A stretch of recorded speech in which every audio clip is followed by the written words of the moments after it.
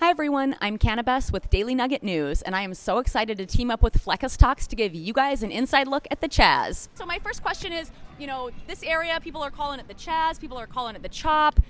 Do you know what it is and maybe just what the space stands for?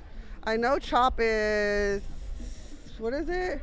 I know that Chaz stands for Capitol Hill Autonomous Zone, and CHOP is maybe the the next thing that it will be called, but I actually don't know what that represents. First it was called the Chaz, now it's the Chop. Is it the Chaz, the Chop?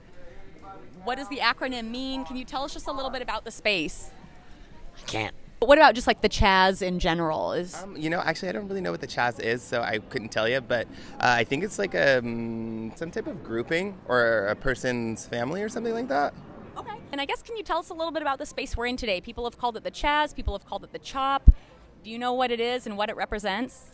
I don't know what it is, but it's just going to bring peace to this community, to what we want, to the Black Lives Matter community especially. I'm fighting for them. I'm a Latino person myself, and I know we have our own issues, but you know what? This is a moment for Black Lives Matter, and I'm going to step up for them, and we're going to do our best we can. And right now we have our own little station for free snacks for anybody that's been out here camping. And you know what? You don't have to tell us nothing. We don't got to talk. Just take our food, and there we go. People are calling it the Chaz. People are calling it the Chop. Do you know what it is and what it represents? I think originally it was named the Chaz, and they've switched it to the CHOP because of the fact that we don't want to be considered the autonomous zone, because that means that we are, I believe, outside of the U.S. So if it really came down to it, and they don't have to come in here and help us if things really, really got serious. If we continue to be the autonomous zone, they don't have to never come in here and help us. You're the first person that's been able to define that, so thank you. I'm not really, concerned with Chaz or CHOP. I'm concerned with Black Lives Matter. That's what I care about. I don't really care. Look, I love what they're doing here for the community. This is a community. I've come out here, I've seen people out here with their children having fun, enjoying it. But at the same time, I don't want us to lose sight of what we all came out here for in the first place, which was to end police brutality on Black lives. They say that they feel like the camping and the tents, they say it feels like a Coachella festival and not necessarily a Black Lives movement. Coachella? It's like a music festival where girls like Burning Man. Yeah. Hell no, this ain't like that. Okay. But this is cool though. But I mean, it is kind of like a festival.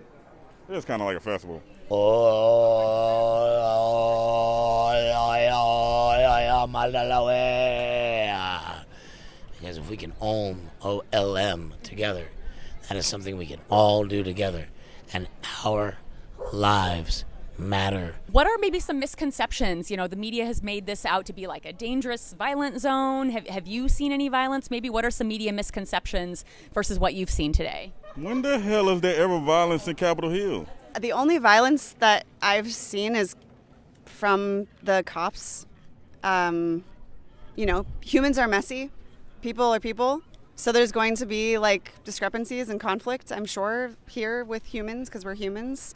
But as far as violence happening on the streets and here in Chaz, I don't think that that's what's happening. Media has really portrayed this space as being violent and dangerous. And have you seen any violence or any sort of media misconceptions since you've been here? I have seen a little bit, but it's pre-planned violence, and so it's something that comes with directions and scripted, so it's safe and controlled. Can you tell me a little bit more about that? Because I've also felt like there might be some controlled opposition here. I could at a later time, but it seems a little bit actually I don't want to hem and haw on it, but I can't say exactly what it is. What are maybe some of the mainstream media misconceptions? They've really portrayed this as like a violent space. What have you seen? They put some really ugly pictures, like buildings burning, come on, cars on fire. No, everybody here is literally throwing their trash in the trash can. We're doing our stuff. There's a little living area over there if you want to go chill. We got food. There's people helping each other out. If you need a ride, there's numbers all over here telling people, hey, if you need a ride, I can go get you. We're not leaving nobody behind. The media really likes to pull their clips and push their agenda. And it's crazy how persuasive it still is in modern day 2020. It's still, you can allow your perspective to be influenced by what you're seeing on the big screen, but it really oftentimes is so poorly portrayed in reality. Do you have any concerns about COVID? Yes, I do. Any concerns about COVID being up here? Not really. Do you have any concerns about COVID being here? No, I don't think so. I'm not sure exactly who it is, so I don't know. But I did see on television that they killed a few thousand people. But I don't think that I didn't think that I had to worry about it. So I wanted to see who the people were that got killed, and I think that it would be okay to learn about them here. But like COVID, the virus? Oh yeah, no, that's unsafe. Yeah, I would definitely not like that to be here. Do you have any concerns about COVID? No. Any concerns about COVID being out here? I do. I believe COVID is true, but let me just say I believe in God a lot more. Are you at all concerned about COVID? Whew, the truth. Do I say the truth? You can say the truth because there's a reason I am not wearing a mask. Yes. The truth is, wow, it's like that. I definitely know how I feel about this, but how comfortable I am in like communicating, transparent. And it's sad, right, that we feel like we can't communicate how we really feel about certain ideas and concepts. Personally, to answer your question, no, I'm not necessarily worried about COVID. Now, I do think it's important to still practice basic hygiene habits and to be mindful of surroundings and certain things, but I'm not, petrified or by any means unordinarily nervous based on COVID-19's prevalence. What if police are needed in this area? I don't know. I think I've heard a couple of stories where they've called police and police don't come down here. Like the police station is shut down because the people did it, we did it. Yeah. So I don't think we're going to need police. I've been here 17 days. We haven't had one problem. We did have a guy who ran through the park one day. He had a hatchet and a gun, and we got him out of here. And then last Friday, the guy that tried to drive through the protesters and the police got him. But other than that, we do our own policing. The police has not been in this park. We do the security. So what happens if the police are needed here? Needed for what? I guess let's say somebody had a serious medical emergency and like broke their arm and was bleeding or something along those lines. I highly doubt people were just going to let that person bleed out on the corner like the cops let people bleed out all the time. People here are going to pick them up and take them to the damn hospital. It's not that far from here. What happens if police are needed out here? Do you know? I mean, they're still taking money out of our paychecks to fund the police department. So if something happens, I feel like that they should come if it's a life or death situation. But at the same time, I see a lot of armed security out here and a lot of people who are armed. So I feel safe. I don't feel like there's anything here that could harm me. I feel like my community is protecting me right now. Come down here, you don't see any stores being looted. You don't see any stores being broken into. You don't see anybody walking around hurt.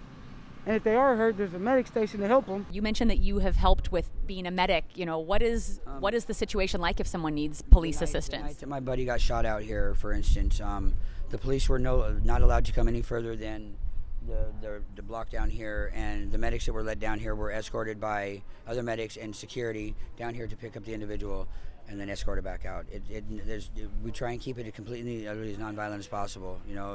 I think that's what really needs to happen to sustain what we have here, because we have basically a sovereign nation inside the United States.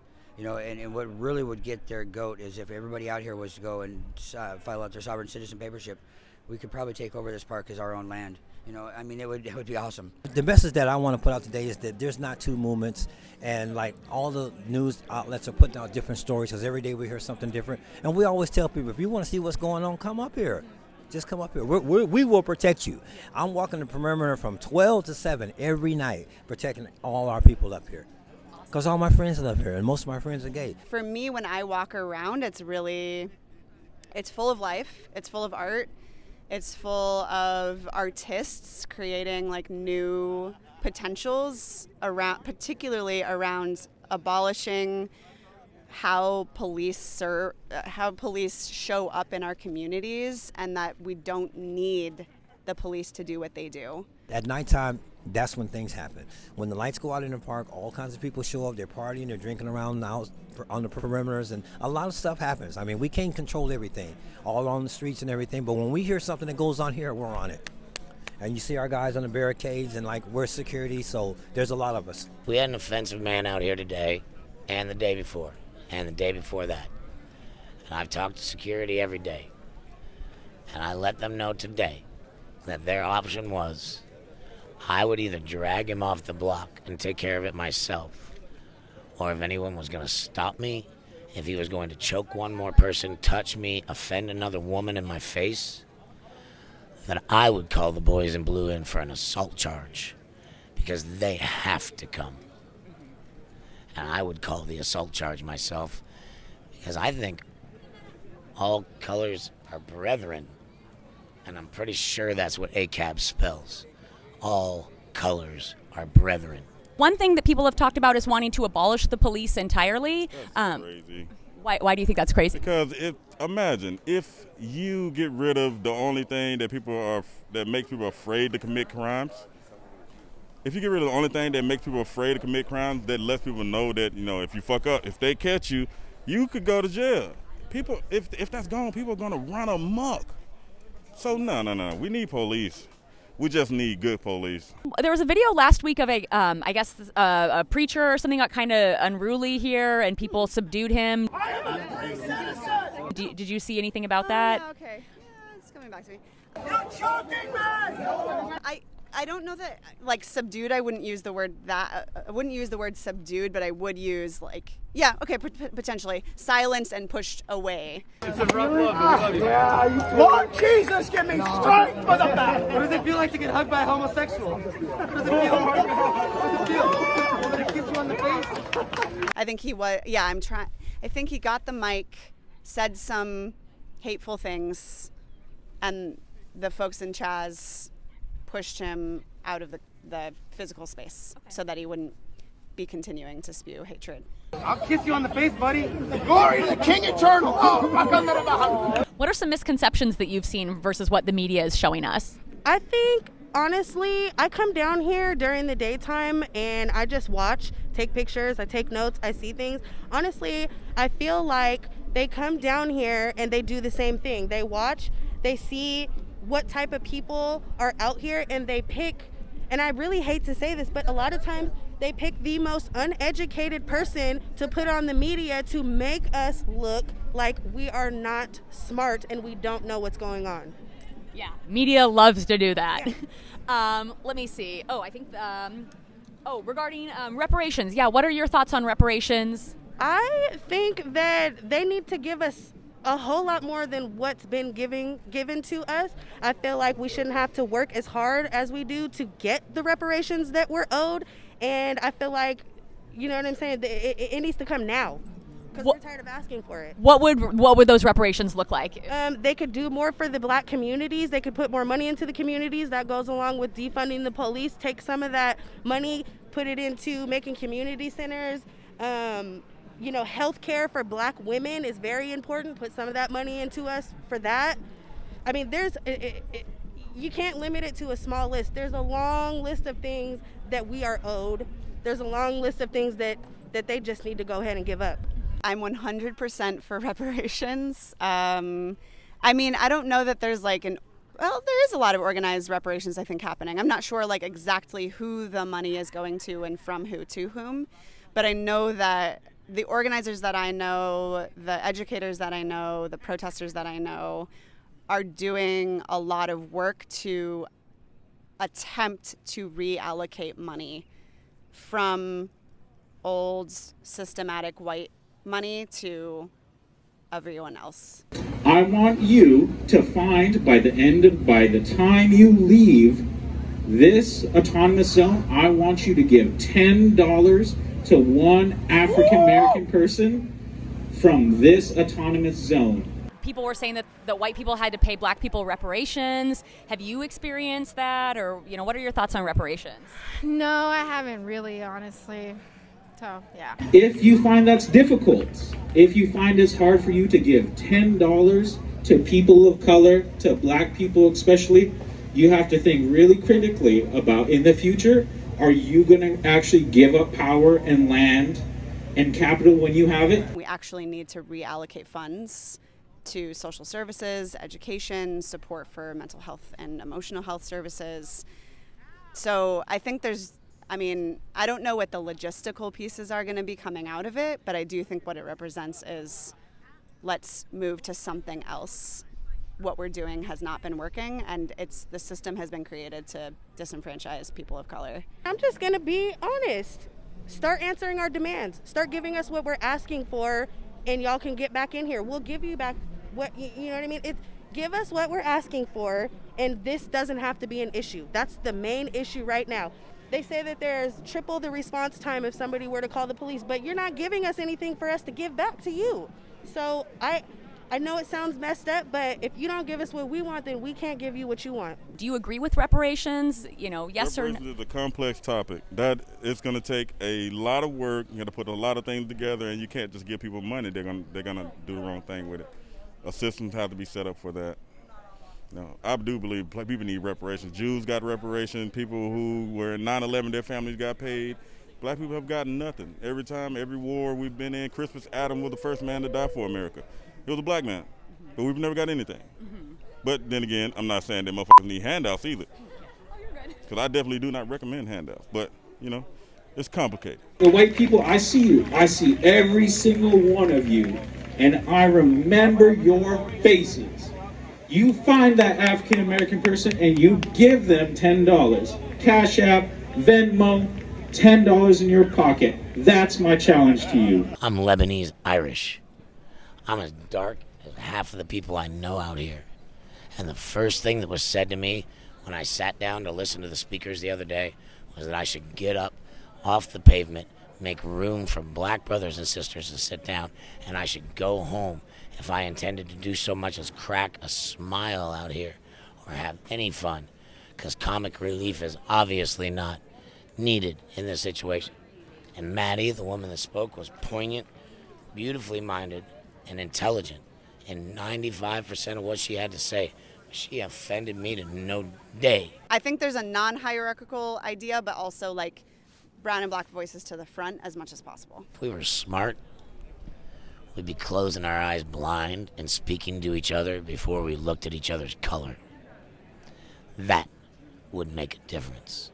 Before I spoke with you, there was kind of an altercation that took place, and you mentioned that you had brought people pizza. Can you kind of explain what happened and what you were trying to do? Yeah, we dropped off about 10 pizzas over there in the play field, and then I got in line to grab a slice, and the guy told me that he was a white guy like myself, and he told me that I should go somewhere else and buy food somewhere because I can afford it. And I said, well, what does that mean? How do you know I can afford it? And so we got into an argument, and I told him he was a coward and brainwashed sheep, which he was. And then I got ran out of there by about 20 people that were coming at me with 18 different ideas of why they're out here starting crap, and they're all delusional, in my opinion. And I think they should just let the neighborhood get back to business. We've been around the heels of a pandemic, and a lot of these small businesses out here that I've worked with for 3 decades, they'd like to get back to work, and it's hard for them to. Some of them are benefiting, most are not. And then you got all these people that are on a permanent acid trip, from what I can see. I think it's more heroin in Seattle. Saturday and Sunday down here was like being at the circus. There were families, there were kids. You need to give me space. There were families, there were kids. Everybody was down here making an example with their families. Everyone here is friendly. I've seen mothers with their babies. I've seen whole families, and I've noticed that there's stations set up with tampons and sanitary products for the people around here that are free. There's free food, there's a community garden. So I don't necessarily agree with the narrative that they're trying to spin, because I haven't seen that. And if you're a woman, sanitary products are expensive, so to have it for free for anybody to come and get, it shows that the community is really coming together to support the less fortunate of us. We have people with mental health issues out here who are sleep deprived, scratching up every substance they can find, and they're giving us a bad name, and they're offending the neighbors and the people that bring their kids here. We can't have it. Even the brother that was just standing with us. He's a beautiful man. He kicks the soccer ball all day long. He lost the soccer ball. He just walks around annoying people now. He's lost, and I love him. But that is our job, to direct those people and give them, hey man, space. the main steam engine that they're driving through here is not on track, in my opinion. And I've just come out here to kind of be a part of it every day. And you know, I take pictures of a beer while I'm in the park, and I got attacked on Instagram. The lady was white also. She said that I was, what'd she say? I was taking advantage or exploiting black people so I could drink beer in the park. Well, that's crazy to me. I think that an OLM and an Our Lives movement is more important. I think it is a new synthesis that we need to do. I think that we're supposed to be here in this space not just to hold it, but to march out of it, past the cop shop to the courthouse, where we can ask for legal evolution, not standing here trying to make a community on the street when we all have communities at home that we're ignoring. White guys giving away grilled cheese sandwiches, white guy giving away bowl pho. There was some Asians that were giving away takoyaki, and then there was 5 or 6 black guys that were making $30 a t-shirt every day. So hey, I don't know. I didn't care if they want to make money, but are they donating that money back to the cause? I'm going to say no. That's my gut instinct, but whatever. You know, I've seen just my own experience, like living in China, a communist country. That's what really woke me up to like government oppression. And I'm seeing a lot of like pro-communist rhetoric here, the hammer and sickle. Does that at all concern you, or do you? I mean, or if you support communism, that's totally fine. I was just really surprised to see, you know, people wanting to abolish the police, but then promoting, you know, political ideologies that have murdered millions. There's a lot of backward stuff going on here, and that's another thing. You can't come down here if you're not strong-minded in what you believe in, because stuff like that, you can come down here and you can hear different things, and your mind can easily be manipulated into falling for another agenda. Is it contradictory to want to abolish the police, you know, when they enforce the tax code, while simultaneously wanting to make people dependent on government? Like, for example, when I heard it called an autonomy zone, my thoughts are like free of government, let people live. But then on the other side, they're making economic demands that would make people completely dependent on government and thus under more government control. That's true. That's one of the most interesting things about certain events and just transpires, that things aren't always what they seem on the surface. So I could definitely see that there may be some possibilities that although this feels like, you know, the most free experience, that still, you know, there's some underhand involvement and facilitation. I don't know. Sometimes when I'm like, is this really happening, or are they kind of letting it happen because it serves some kind of other purpose? I have questions. I'm not gonna lie. I'm sitting around here just wondering. One question that people have brought up, especially when it was being referred to as the autonomous zone, is does there seem to be some sort of conflict with messaging where people are wanting to defund and abolish police, but then some of the economic demands are wanting to implement like single payer systems for like healthcare, housing? Does that seem at all contradictory to want to abolish one aspect of government while simultaneously wanting to make people dependent on government for other programs? I'm a little confused by the question, but I am trying to just think about what I think about all of it. Do you think it's at all contradictory that people are wanting to abolish certain aspects of government, but then also advocating for systems that will make us entirely dependent on government?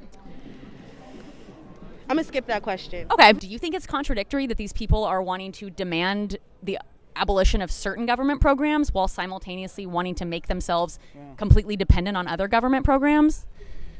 After a full week of observation, I can say that I don't see anything from demands or any ideas in this area that makes really much sense. And if they think they can run the neighborhood or the city or the country themselves in a safe manner, well, they're gonna find out that they can't. So, you know, government, police, they make mistakes. You got one guy or 5 guys or even 30 guys in a year that might make an error, but it's a good system. I don't like it a lot of times, but you know, I definitely wouldn't want to hand the keys to the mob that just chased me out of the park, because that was Fruitcake City. Our lives matter. I think the last question is, you know, thinking about just the Chaz and CHOP and just kind of the future of America, you know, what would that look like for you? If you could 10 years from now have America be whatever you wanted it to be, what would that look like? It would be different. What would your vision of America be if you got to, have the say as to what our country became after all of this? What would your America look like? I think it would be spacious. It would be, it would be kind of technological. It wouldn't be so exposed. It would be complete, and it would be kept together. I guess maintained, like maintenance. I don't know, and new. It would be new and unused, kind of. What would your vision of America look like? My vision is that, the people that need help would get the help. Everybody would have housing, including myself. And equality just straight across the board. There should never be, listen, okay, we're in Capitol Hill. This is a very wealthy neighborhood. So, they're always building new apartments and condos. Nobody can afford to live in them. Nobody. So, that's what we want for everybody. Because like most of my friends that are on the street that you see in these alleys and stuff, they're drug users, they need treatment, they need help, they need mental health services. We need everything. And that's why we're fighting. I'm a teacher, so that comes to mind first. We would pay educators what they deserve. We would pay social services what they deserve. We would just, I feel like we would rethink who gets money, control, and power. We would redistribute money. Well, I would include money, land, power, and control to the voices and the people that need to represent their communities in which they come from. So hopefully 10 years this is still here. And hopefully in 10 years we live in a Seattle that is less dangerous for black people. That's what I hope. I hope in 10 years Seattle is less dangerous for black people. What would your vision of America look like? It's going to look the exact same in 10 years. Why do you think that? Because how many times have we went through this? How many times have we went through people trying to fight for their own rights? And then next thing you know, it's the exact same. People forget. People get amped up and they get fueled and they go for shit. And then after all the energy dies down, people just go on about their lives and keep on doing what they're doing. I would hope that in 5 to 10 years that through experiences like this, through these trials and tribulations, we become more effective communicators as to how we need to get through and explore some of our problems and challenges. But then also to, I would hope that, I see a country where we're just all continually self-educating and improving ourselves to once again be able to address the challenges we're going to continually face. I do believe in America, and the future, I think, is bright, although it's challenging now. Any final thoughts you'd like to share? Hopefully that maybe that I can elaborate on some of the questions you asked and bring some of my own thoughts to you. By all means, go for it. Yeah. Well, actually, I don't have them today. I'll have to go and get them. So I'm tired. My body hurts, but we have to fight the good fight. Yeah. And we want everybody to know that there's good people here. You'll see all in this part. Yeah. So that's the message that I want to put up. And, if they want to know what's going on here, come and see for yourself. I'll give them a tour.